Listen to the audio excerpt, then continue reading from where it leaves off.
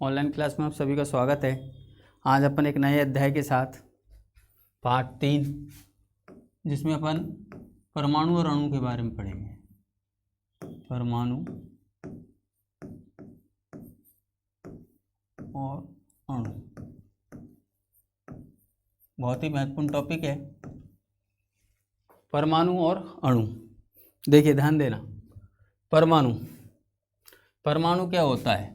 सबसे पहले तो हम परमाणु के इतिहास के बारे में बात करें तो परमाणु की खोज सर्वप्रथम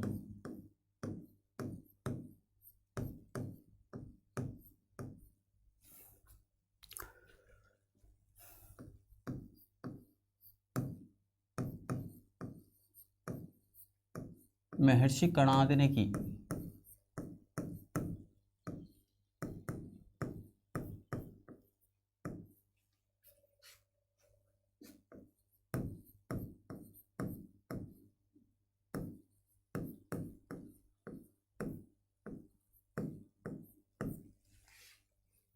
खोज क्या? परमाणु की जानकारी अपन कह सकते हैं। परमाणु की जानकारी, खोज तो नहीं, जानकारी।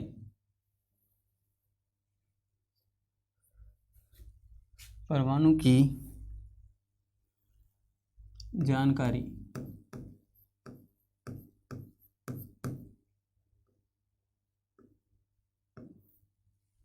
सर्वप्रथम महर्षि कणाद द्वारा प्रस्तुत की गई।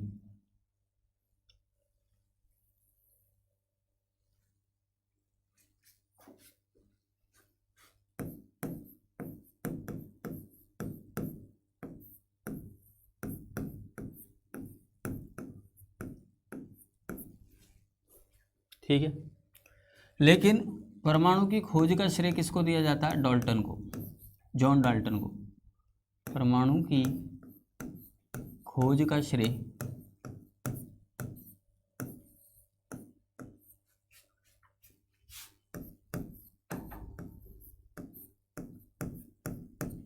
जॉन डाल्टन को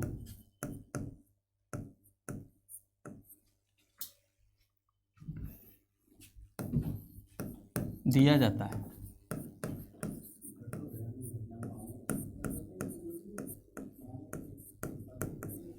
परमाणु की खोज का श्रेय किसको दिया जाता है? जॉन डाल्टन को दिया जाता है। तो ध्यान देना, ये परमाणु का इतिहास है। तो परमाणु के बारे में सर्वप्रथम जानकारी देने वाले तो महर्षि कणाद थे, लेकिन परमाणु की खोज का श्रेय किसको दिया? जॉन डाल्टन को दिया। अब बात करते हैं परमाणु कहते किसे हैं। परमाणु को परिभाषित कैसे करें? परमाणु होता क्या है? ध्यान देना, किसी पदार्थ का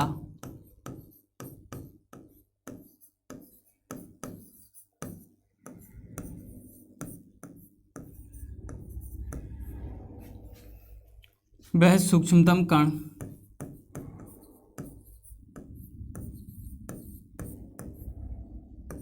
जिसे और अधिक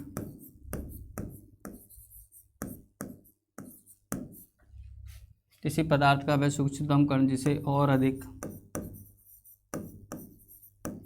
विभाजित नहीं किया जा सकता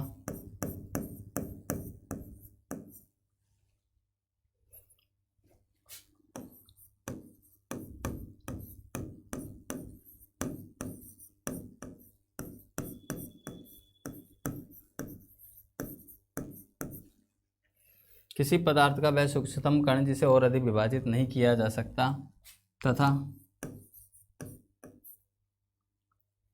यह स्वतंत्र अवस्था में भी, चलो इसको बाद में लिख देंगे थोड़ा सा,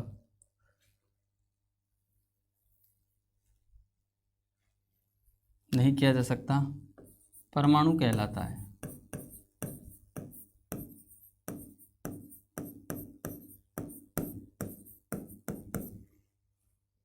यहाँ पर ही एक चीज़ और बता देता हूँ आपको। परमाणु का स्वतंत्र अवस्था में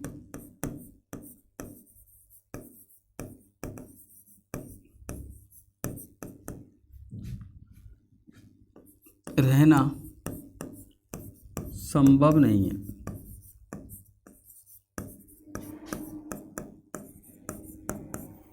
परमाणु का स्वतंत्र अवस्था में रहना संभव नहीं है, यानी परमाणु जो है स्वतंत्र अवस्था में नहीं रह सकता। क्यों? जैसे अपन मान लीजिए चौक से भी लिखते हैं तो चौक का एक छोटा सा भी कण उड़ के जाता है वो तो उसका परमाणु है। यानी किसी पदार्थ का वह सूक्ष्म से सूक्ष्म कण, यानी पदार्थ किससे मिलकर बने होते हैं? परमाणु से मिलकर बने होते हैं। तो पदार्थ का सूक्ष्मतम कण है तो उसे और अधिक विभाजित नहीं किया जा सकता। परमाणु को स्वतंत्र अवस्था में रहना संभव नहीं है, यानी परमाणु स्वतंत्र अवस्था में कैसे रह पाएगा? आप जानते हो कि वो चौक का छोटा सा भी कण है तो वो उड़ के कहीं ना कहीं चिपक जाएगा। यानी परमाणु जो होते हैं मिलकर के अणु का निर्माण करेंगे या यौगिक का निर्माण करेंगे। तो ये परमाणु के बारे में सामान्य जानकारी है। देखिए परमाणु के बारे में बात करें अपन तो परमाणु जो होता है इस प्रकार से आपने देखा होगा कि परमाणु जो होता है इसके बीचों बीच में नाभिक होता है, ठीक है ना। धनाभिषिक्त भाग क्या होता है? नाभिक। और इसमें परमाणु में जो कक्ष होते हैं इस प्रकार गोल वृत्ताकार जो मार्ग होता है, ठीक है, ये इसके क्या होते हैं? कोश होते हैं। क्या होते हैं? कोश होते हैं। जो परमाणु की त्रिज्या होती है ना, परमाणु की त्रिज्या, परमाणु की त्रिज्या, अब परमाणु की त्रिज्या जब ज्ञात करते हैं आर, ठीक है ना, तो परमाणु की त्रिज्या को नैनोमीटर में ज्ञात करते हैं। किस में ज्ञात करते हैं? नैनोमीटर।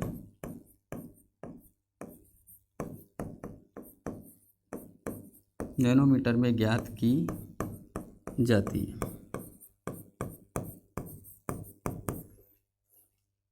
ठीक है। परमाणु की त्रिज्या को किस में ज्ञात करते हैं? नैनोमीटर में ज्ञात किया जाता है। क्लियर? अब देखिए आपने देखा कि परमाणु की जानकारी सर्वप्रथम किसने प्रस्तुत की? महर्षि कणाद ने। तो खोज का श्रेय महर्षि कणाद को ही जाना चाहिए ना, लेकिन ऐसा नहीं है क्योंकि महर्षि कणाद ने थोड़ी सामान्य जानकारी दी थी। उस समय परमाणु के बारे में इतना विस्तार से नहीं बता पाए, लेकिन परमाणु की खोज का श्रेय आधुनिक रूप में दिया जाता है जॉन डाल्टन को, क्योंकि इन्होंने जो है परमाणु सिद्धांत प्रस्तुत किया था। इस कारण परमाणु की खोज का श्रेय किसको दिया जाता है? जॉन डाल्टन को। हालांकि जॉन डाल्टन ने जो है परमाणु के बारे में जो बातें ली थी वो महर्षि कणाद से ही ग्रहण की थी, लेकिन फिर भी इन्होंने कुछ और बातें बताई, तो उन चीज़ों को देख लेते हैं अपन।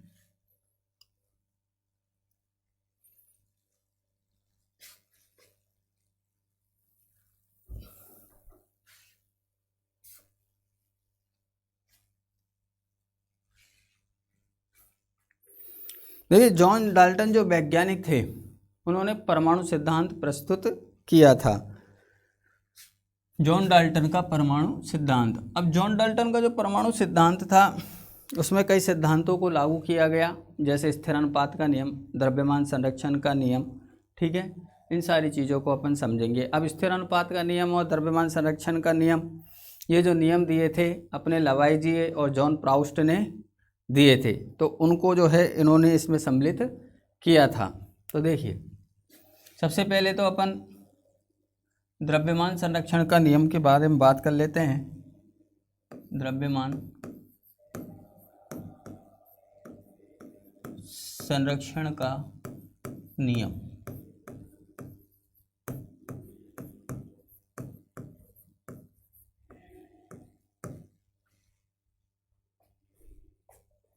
द्रव्यमान संरक्षण का नियम क्या कहलाता है? द्रव्यमान संरक्षण यानी द्रव्यमान का क्या रहेगा? संरक्षण रहेगा, ठीक है ना। तो द्रव्यमान संरक्षण, इस नियम के अनुसार, इस नियम के अनुसार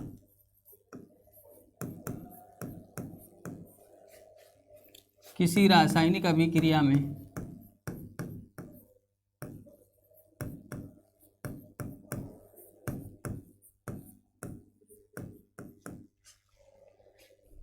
भाग लेने वाले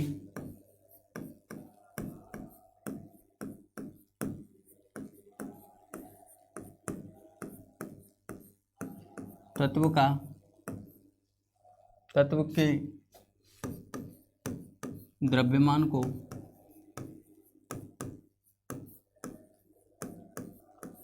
ना तो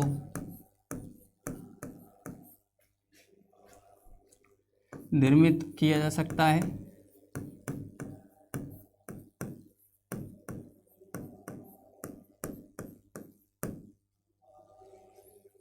निर्मित किया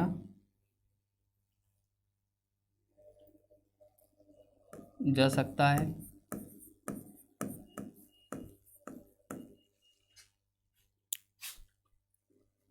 और ना ही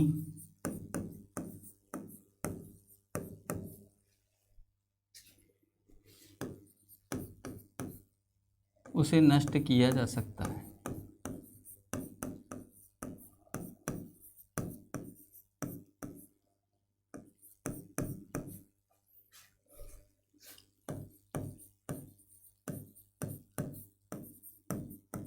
ये बात लागू होती है अभिक्रिया से पहले या अभिक्रिया के बाद भी, ठीक है ना। ना तो निर्मित किया जा सकेगा ना नष्ट किया जा सकता है, अर्थात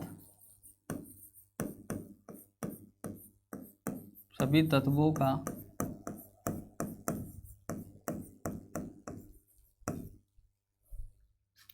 द्रव्यमान संरक्षित रहता है।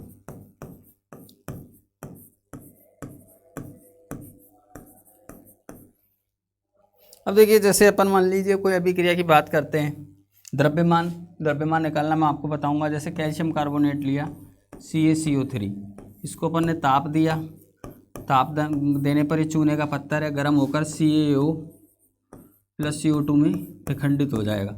अब यहाँ पर देखिए, ये अभिक्रिया से पहले का है और ये अभिक्रिया के बाद का द्रव्यमान है। तो तत्वों का अपन द्रव्यमान निकालते हैं।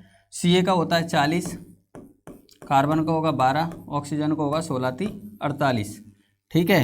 इधर निकालते हैं 40 + 16 + 12 + 16 दूनी 32, जोड़ते हैं कितना आया 40, 40 दूनी 80, 98, 100। इधर कितना आ रहा है 40, 50, 60, 90 और 100। यानी अभिक्रिया से पहले और अभिक्रिया के बाद तत्वों का द्रव्यमान कैसा है, संरक्षित। इसमें जो भी तत्व भाग ले रहे हैं, कैल्शियम है, कार्बन है, ऑक्सीजन है, इधर भी अपने जो है कैल्शियम है, ऑक्सीजन है, कार्बन है, ठीक है। तो वो चाहे कितने टुकड़ों में टूट जाएं, लेकिन उनका द्रव्यमान कैसा रहता है, संरक्षित रहता है। It's clear. अब देखिए, यहाँ पर अपन ने द्रव्यमान संरक्षण की बात की और द्रव्यमान संरक्षण का नियम समझा। नियम बहुत ही महत्वपूर्ण है, सभी 10th क्लास में भी अपने काम में आएगा। तो इस चीज़ को बहुत अच्छे से आप लोगों ने समझा होगा। आज की वीडियो के लिए इतना काफ़ी है। आज का वीडियो देखने के लिए धन्यवाद।